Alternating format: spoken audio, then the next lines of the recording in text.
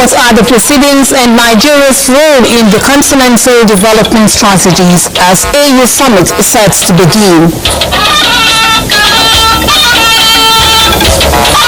African leaders again in Addis Ababa to decide on the future of the continent, and President Bola Tinubu is here as one of the leaders to call the shots. VP Shatima lauds NEDC's transformative investment in education. I think of all the areas of intervention by the NEDC, none titillates my imagination, none captivates the spirit of the times greater than this asset in this. Also tonight, EFCC inducts professionals to boost ranks towards anti-corruption prevention, enforcement and coordination.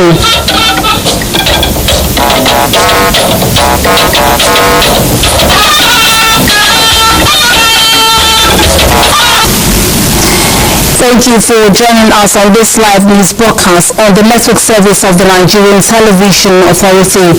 I'm Lami Ali. Joining me from Lagos is Hingino John Adams. While Benny Adams will be giving us the latest news from the business world. Benny, what's the trending news in business?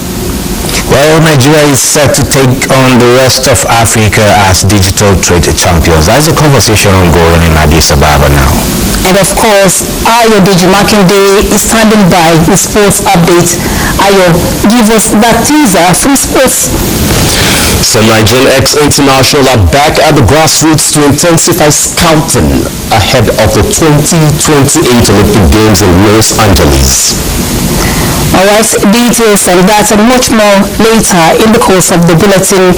You can follow us on nta.ng/live and on other social media platforms of the NTA displayed on your screen. We begin from Addis Ababa, where the stage is set for the 38th African Union Summit, at which President Bola Tinubu is equally set to participate for the second time. We join State House correspondent Mr. Mahab for the agenda of the summit.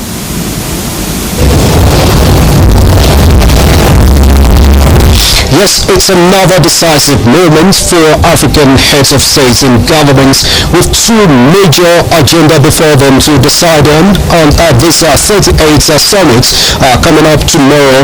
And the first one is the launching of the theme of the year, which was decided on in 2023, and that is justice for Africans and people of African descent through reparation.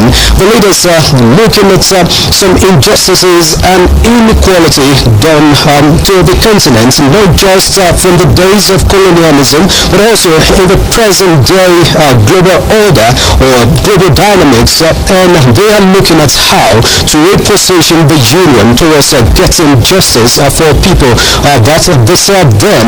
We spoke to Nigerian Minister of Foreign Affairs, Ambassador Yusuf Tuga, earlier on this, and he gave us some insights into the theme for the year. Well, it's necessary at this time because I'm sure you're aware of the agitation for the restructuring of the global financial system, and then also for a reform of the global political system as it pertains to the United Nations, and in particular the United Nations Security Council. So the theme speaks to the building of a united front to advance the cause of Africa. You have to look at the formats, the suggestions being put forward.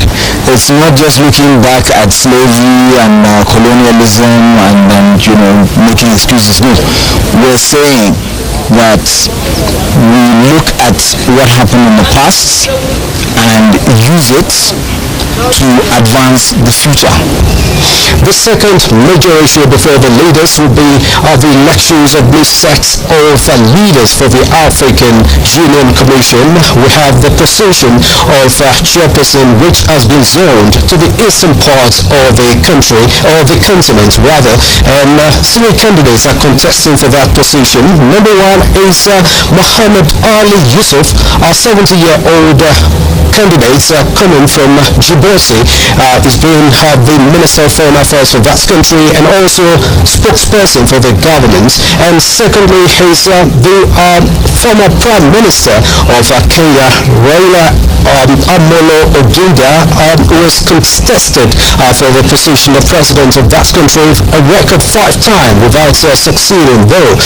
He's contesting for this position is 80-year-old, by the way. And the third candidate is Richard Randria Mandrato from Madagascar. Is 66-year-old, by the way, and he's been minister in different capacity in Madagascar in the past, Minister of Foreign Affairs, Minister of Economy and Finance. So three of them are contesting for that position. And for the commissioners in that commission, we have Ambassador Bankole Adeoye, a Nigerian who is returning for the second term as the Commissioner for Political Affairs, Peace and Security for the AU Commission. And also a delegation of Nigeria also represented the country at a conversation looking at the possibility of setting up African rating agency to drive investments and development on the continent. Minister of Foreign Affairs and Coordinating Minister of Economy and Minister of Information and National Orientation, Mohammed Idris, represented Nigeria at that event. Let's take a listen to the Minister of Information on the imperative of this agency. Hitherto, access to capital becomes very difficult for people on the African continent. Even when we have the population, we have the investment opportunities, we have projects that are fundable, but because capital is key, it became very, very dear for all African nations to now set up their own rating agency, because the rating agency set up by the West doesn't favor Africa. Most of the time you will find investment in Africa suffering because of access to capital, and capital is key in any investment drive that can happen on the African continent. And I think it's a major agenda for the General Assembly of the African Union, and we hope that we'll see that through. And when that happens, it's going to be a radical shift in terms of capital pull-out for investments on the African continent that will in turn drive prosperity and development for the African countries. So in all of these, Nigeria, led by President Bola Tinubu, will have a major role to play in deciding on this agenda, and particularly the elections of the leaders for the African Union Summit and other issues to be decided on coming up tomorrow. Thank you, Ms. Bao, for that update. Africa's aspiration for progress, economic growth and social stability remain unattainable without a robust healthcare system that guarantees access to essential healthcare services for millions of Africans. Nigeria's First Lady Oluwemi Tinubu, who stated this at a high-level meeting on domestic financing in Africa organized by Rwandan President Paul Kagame on the margins of the 38th AU Summit in Addis Ababa, calls for a sustainable financing that ensures efficient mobilization and utilization of resources for short, medium and long-term impact. State House correspondent Adeni Taiwo brings us the details. Achieving a wealthy continent is largely dependent on the health of the people, and with the impending funding gaps occasioned by recent policy change in the United States, there is a need for the African continent to look inward for sustainable solution. This is the thrust of this high-level meeting on domestic health financing organized by Rwandan President Paul Kagame on the sidelines of the 38th African Union Summit ordinary session in Addis Ababa. This means that sustainable finance. Nigeria's First Lady Oluwemi Tinubu took the first shot at the meeting, exploring the roles of first ladies in supporting sustainable financing for health on the continent. Sharing Nigeria's perspective on the issue, She harps on the need for a health system that guarantees access to quality health services without imposing financial hardship on individuals or households. Africa continues to rely solely on donor funding and foreign aids which, although helpful, are often unpredictable and unsustainable. Instead, we must develop innovative financing strategies tailored to our unique challenges and circumstances. What is the role of First Ladies in driving change? As First Ladies, we recognize our influential position and have been leveraging our position and platform to advocate for increased government funding for health, encourage private sector investment, and engage international partners in supporting country-specific interventions. Her status as a global and national Stop TV champion mirrors the role that First Ladies, leveraging their position and platform, can play in resource mobilization for health from governments, the private sector, and donor agencies. Given the increasing funding gap for health on the continent, I urge us all to come together and commit to advocating for increased national health budgets.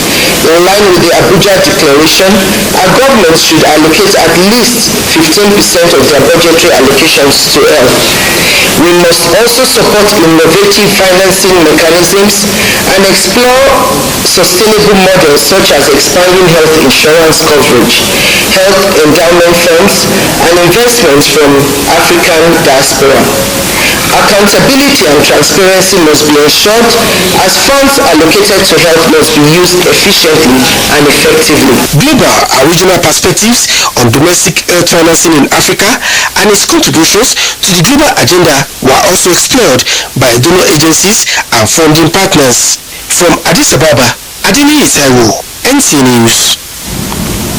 Vice President Kashim Shettima says the Northeast Development Commission has placed itself on the positive side of history for going beyond infrastructure development to investing in education and green technology through the Accelerated Senior Secondary Education Program, ASEP.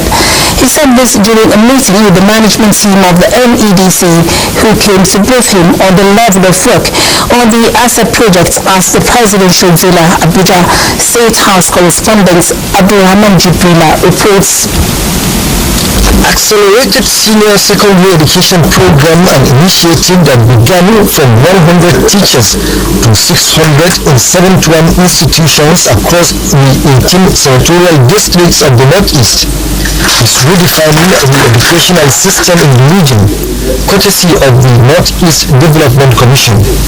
This meeting is to update the Vice President on the status of the Accelerated Senior Secondary Education Program, describing it as the actual game changer in the age and time, applauding the generative platforms introduced by the program, like the virtual reality headsets, saying they are going along in revolutionizing the learning experience, offering numerous benefits for students, educators, and institutions because of the enhanced engagement and motivation. I think of all the areas of intervention by the NEDC, none titillates my imagination, none captivates the spirit of the times greater than this asset in this. It's a soft investment. It's really a game changer because in other parts of the world they are embracing digital educational tools because of the numerous benefits it offers. From improved knowledge retention to personalized learning to increase accessibility, because VR handset enables students to engage in remote learning. He implored the Northeast Development Commission, Ministry of Regional Development, and other relevant stakeholders to collaborate and ensure efficiency. We are looking at so many angles through which we can solve the multifaceted problems we have inherited as a country in the education sector, especially in the Northeast. The issues arising out of the insurgency, depletion of the numbers of teachers, infrastructure, and issues like that.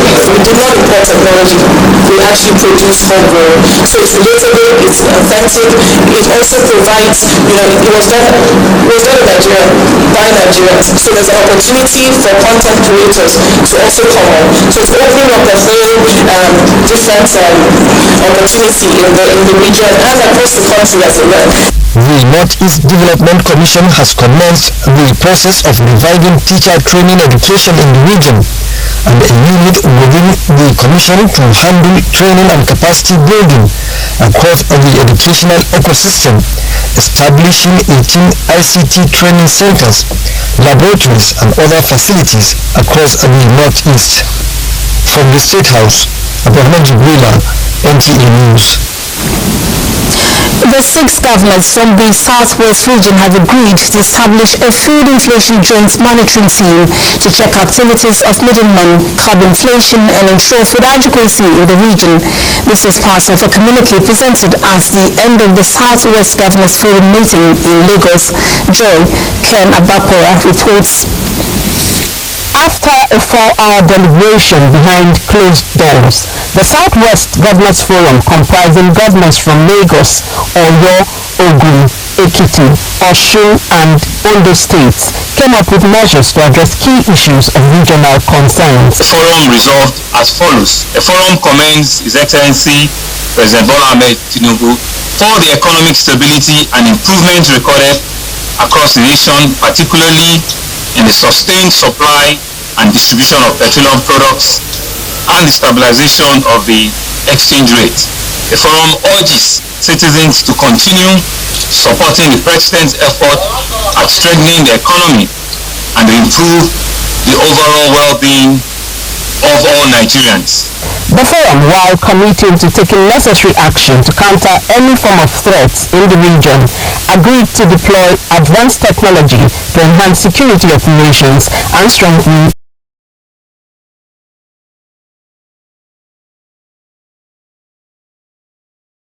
in each state and to establish a joint surveillance monitoring team which we believe will oversee and coordinate security efforts across the region.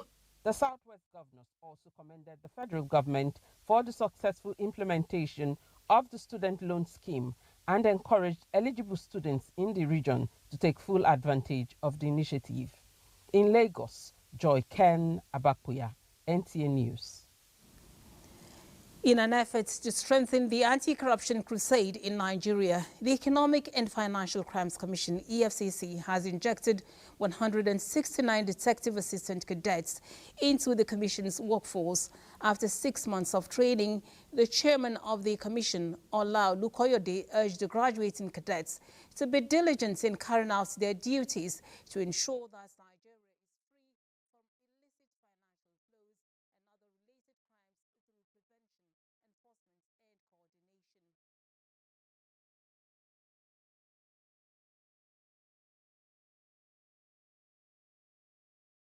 A lot of trust is placed on you as cadets of the commission. Your family, the EFCC, and the entire citizens of Nigeria look up to you to uphold the highest standard of ethics and integrity. You must give no room for compromise. You must not give room for laziness, nor tolerance for misconduct. The event we are witnessing today is in furtherance of the commitment of the administration of His Excellency President Bola Ahmed Tinubu, DCFR, to strengthen the commission and improve the quality of its manpower for effective service delivery. It's not just by carrying arms or no, but there are other things attached to it that has to do with unity, integrity, honesty. We pause now for some messages. The news continues after. Please do stay with the NTA.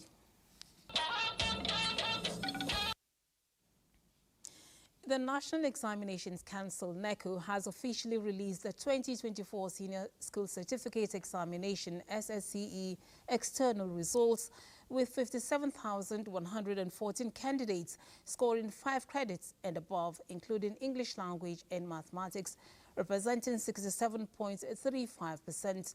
Registrar and Chief Executive Officer of NECO, Professor Anthony Ibrahim Mushishi, who released the results at the headquarters of the council in Minna, says The external examination recorded a reduction in malpractice by 27.7%. Fatima Osman reports. The release of the 2024 External Senior School Certificate Examination SSCE, designed to cater for candidates seeking to remedy their results to enable them gain admission into various tertiary institutions within and outside the country, is coming 62 days after the last paper was written. Of the 86,067 candidates that registered for the examination, 84,799 candidates sat for the examination. It is my pleasure to declare the 2024 SSE external result released. The number of candidates who got 5 credits and above, including English language and mathematics, is 57,114 candidates, representing 67.35%.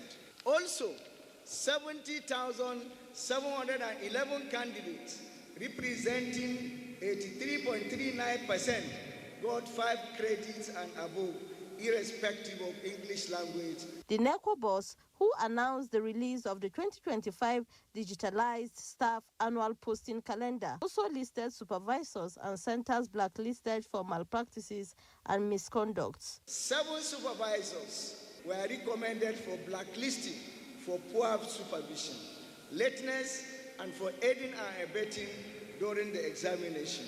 14 centers were blacklisted for their involvement in whole center malpractice in 9 subjects. Candidates are, by this release, directed to assess their results on NECO official website using their examination registration numbers.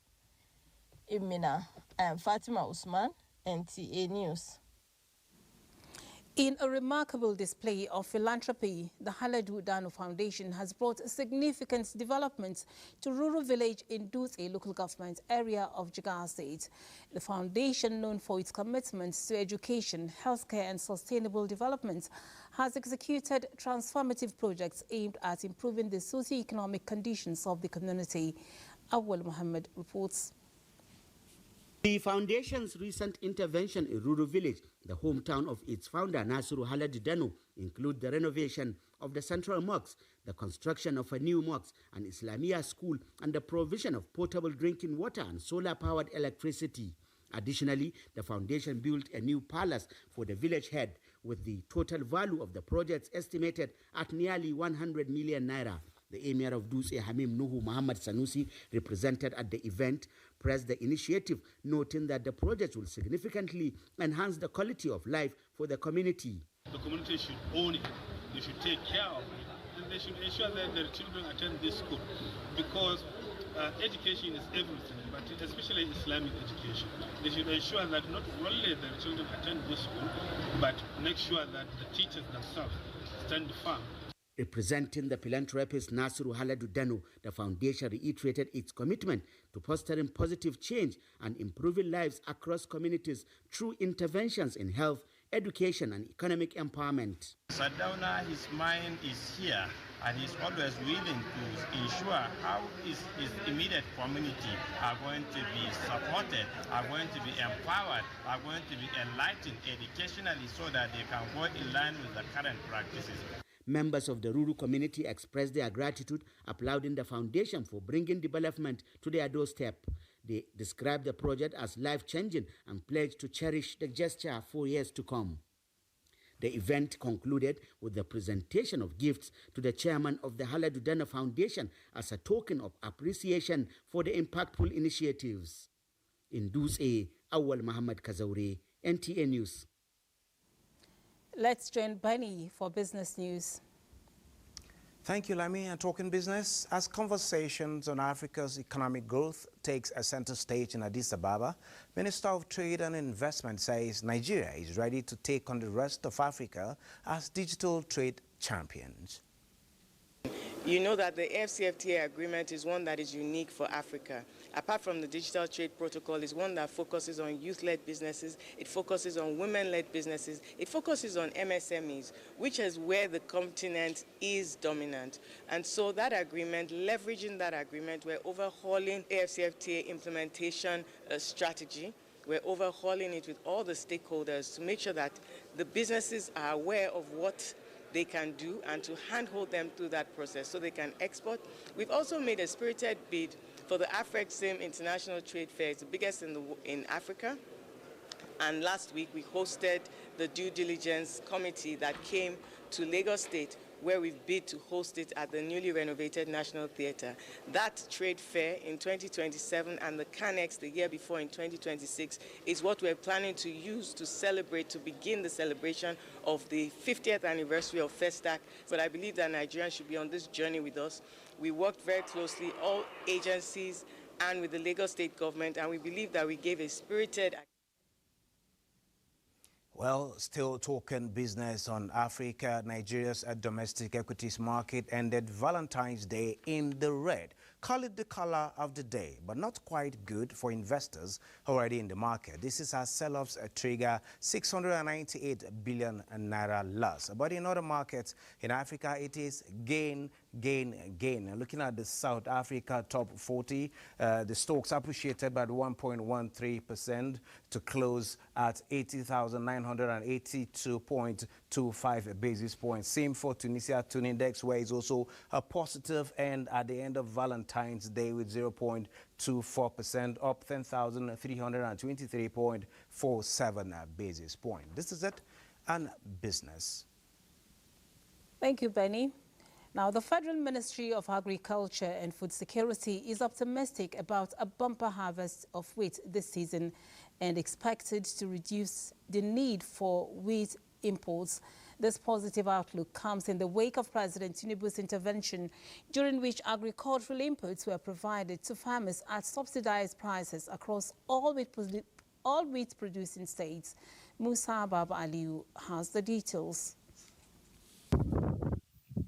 The weather in Kazaure, Jigawa State is chilly and windy, creating an ideal environment for wheat plants to thrive and yield a plentiful harvest. And these farmers are irrigating their fields and removing unwanted weeds, while birds soar above, searching for insects to eat. The farmers are part of more than 60,000 who joined the federal government's wheat production initiative. Abdullahi Dogo informed me that the wheat seeds he received are of high quality, germinated well, and he is expecting a bountiful harvest. Dogo is not alone. All the farmers who benefited from the program in Jigawa State have a success story to share. The federal government seed, it is germinated well. With normal recommendation, it will germinate more.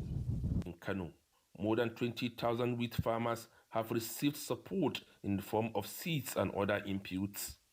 A visit to some of their farms reveals that the crop are thriving, leading to a high expectations of a bountiful harvest at the end of the season. Abdullahi Ishaku, National Agricultural Seed Council of Nigeria, informed me that the agency certified all the seeds provided to farmers prior to planting.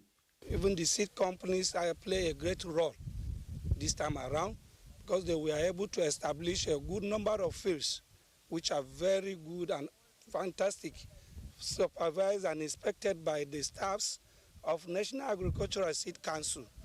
The wheat revolution is being carried out as part of the National Agricultural Growth Scheme, an agro pocket of the Federal Ministry of Agriculture and Food Security.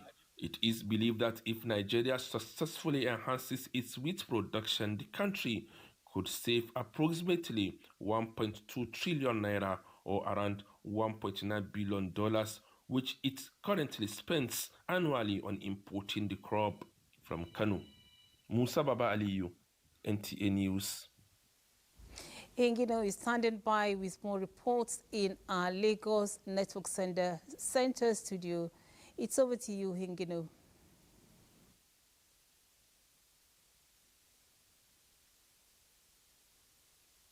Thank you, Lami, and welcome to Lagos. Minister of Education has promised the federal government's resolve to ensuring standards and the right quality of education is maintained in schools across the country. The minister said this while on fact-finding mission to King's College, Lagos. Ime Udori's report is presented from our studio. The visit is part of federal government's intervention initiative to restructuring unity schools across the country and restoring the standards and quality of education that it was known for. On arrival, the minister was received by some teaching staff of the college, then thereafter taken around the premises to observe things firsthand. The students who were surprised by the early hour visit welcomed the minister and his entourage with happiness. The minister began with the hostels where he interacted with some of the students who were all still preparing for classes.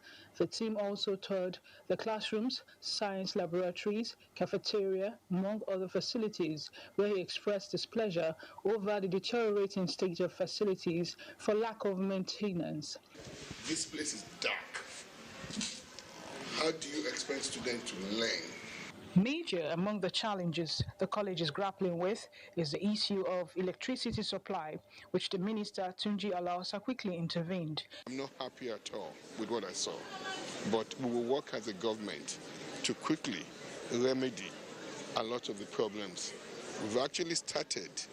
The principal of the college, who is barely a month old in the school, appealed to government for prompt intervention of returning the college to its former glory. We would like the ministry to come to assist us in teachers, in sending more teachers here.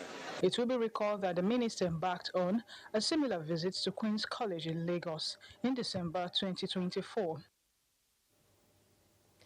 The Nigerian Consumer Credit Corporation, in conjunction with other automobile and financial organizations, have commenced an initiative aimed at improving the lives of Nigerians through meaningful partnership. This, they say, will greatly revolutionize the automotive industry, improve entrepreneurship, while providing reliable and efficient vehicles. Adejoke Odeka tells us more.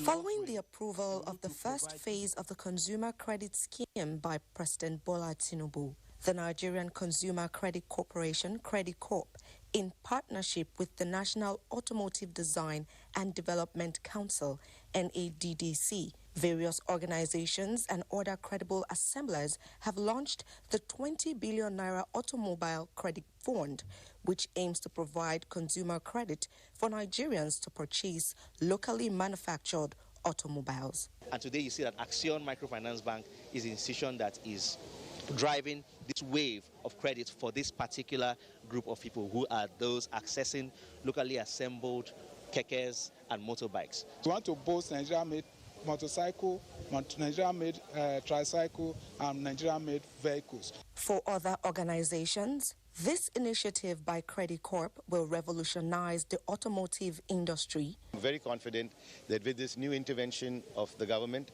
this is going to be a game changer.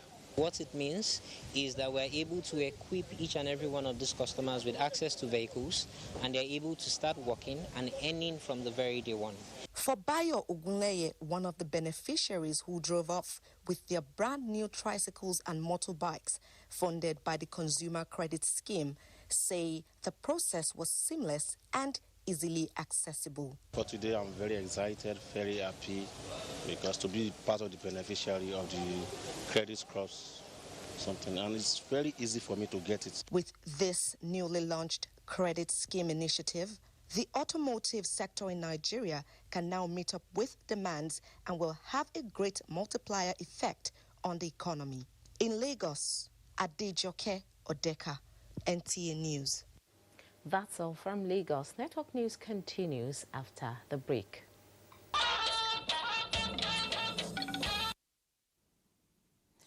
The federal government has dismissed allegations made by Tigran Gambarian, a Binance executive, describing them as false, misleading and defamatory.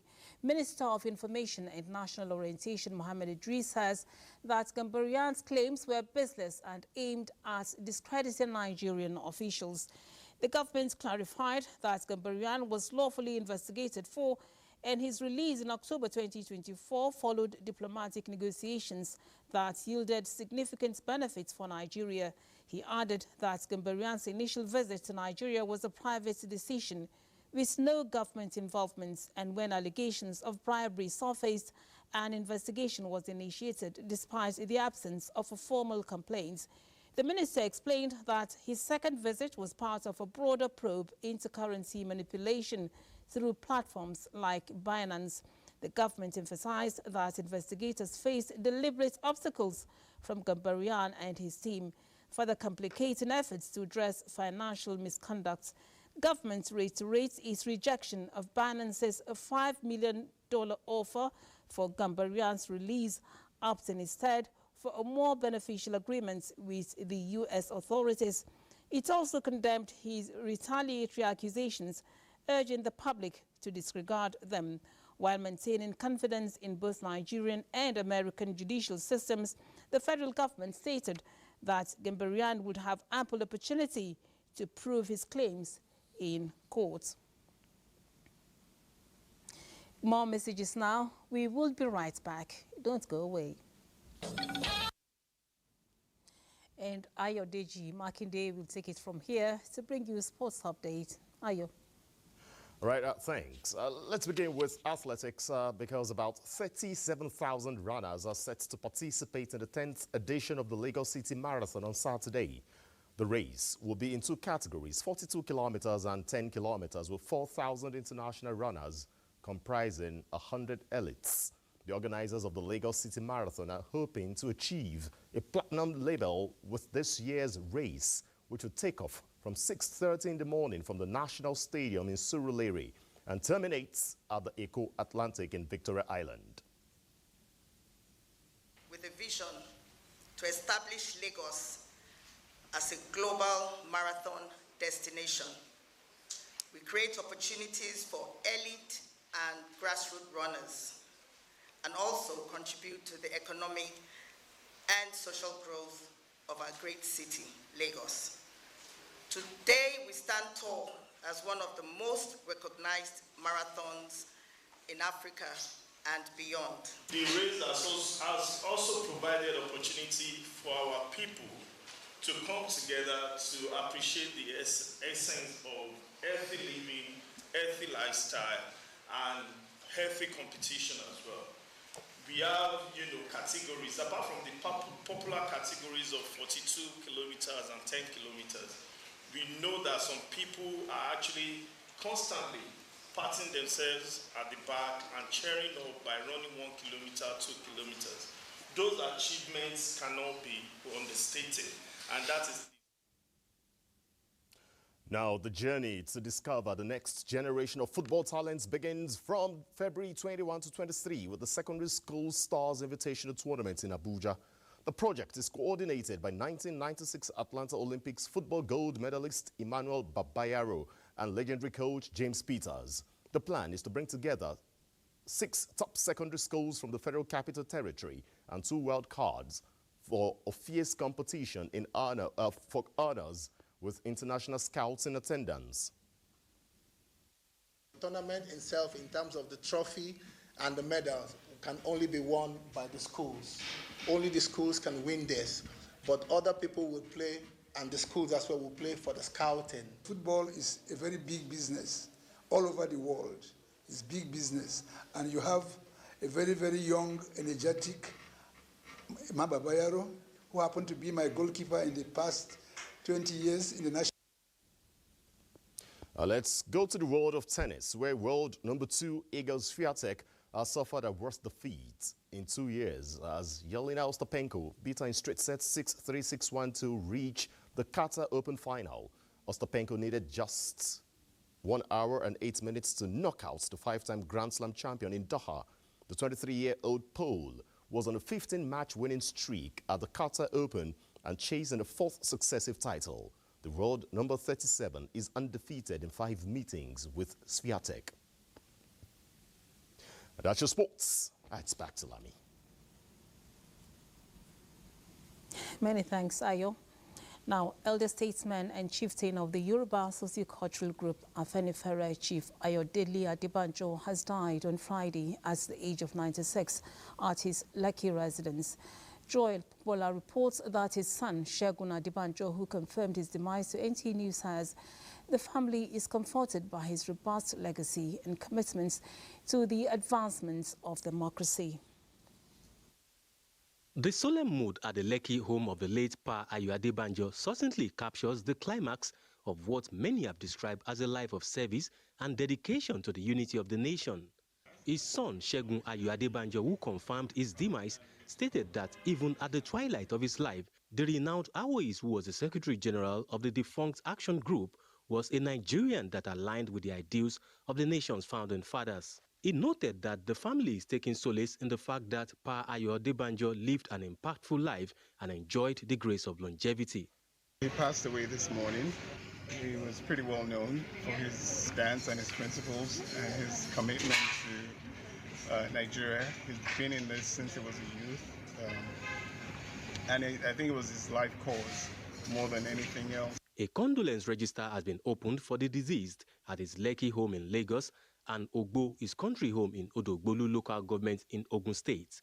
Pa Adebanjo is survived by a 94-year-old wife, children and grandchildren. In Lagos, Joel Bukbola, NTA News. President Bola Tinubu has described the passing of one of the Afenifere leaders, Pa Ayo Adebanjo, as a great loss to the country, stressing that Nigeria has lost a political leader whose decades of unwavering struggle for justice, democracy and national unity have left an indelible mark on the nation's history. The president says the nation will miss his regular interventions in national affairs, which enriched political discourse, saying that though the nation mourns his long, remarkable and purposeful 96 years of unrelenting advocacy for progress and equity remains a blessing. While recounting his role as a lawyer, statesman, politician, and a true Democrat, President Tinubu says Pa Adebanjo stood among the last of a generation of nationalists and independent heroes who shaped the foundation of the country. The president extends his heartfelt condolences to the family, the Afenifere family, the governors of the Southwest, past and present, and all Nigerians who shared his vision, and prays the soul of the departed find eternal rest, and his ideals, which he envisioned, forever resonate in the country. And former President Muhammadu Buhari mourns the demise of one of the nation's most noble leaders, Chief Ayo Adebanjo. In a statement, former President Buhari describes Chief Adebanjo's death as a loss for the nation. He prayed for the repose of his soul and for fortitude to his family, admirers, and the government and people of Ogun State to bear the loss. Late Phil Obano, former zonal director, NTA Benin Network Center, has been described as a perfect representation of what the Nigerian Television Authority stands for: hard work, integrity, steadfastness, patriotism, and industry. Director General of the Nigerian Television Authority, Salihu Abdulhamid Dembus, in a condolence message to the Obano family of Benin, says Phil was a mirror everyone in the authority in particular and the media industry at large looked at for guidance and inspiration. He says the entire management and staff of NTA would definitely miss her indefatigable calm personality and attention to details, approach to all assignments and duties, and praise Almighty God grants her gentle soul eternal rest, and the immediate family the fortitude to bear the irreparable loss.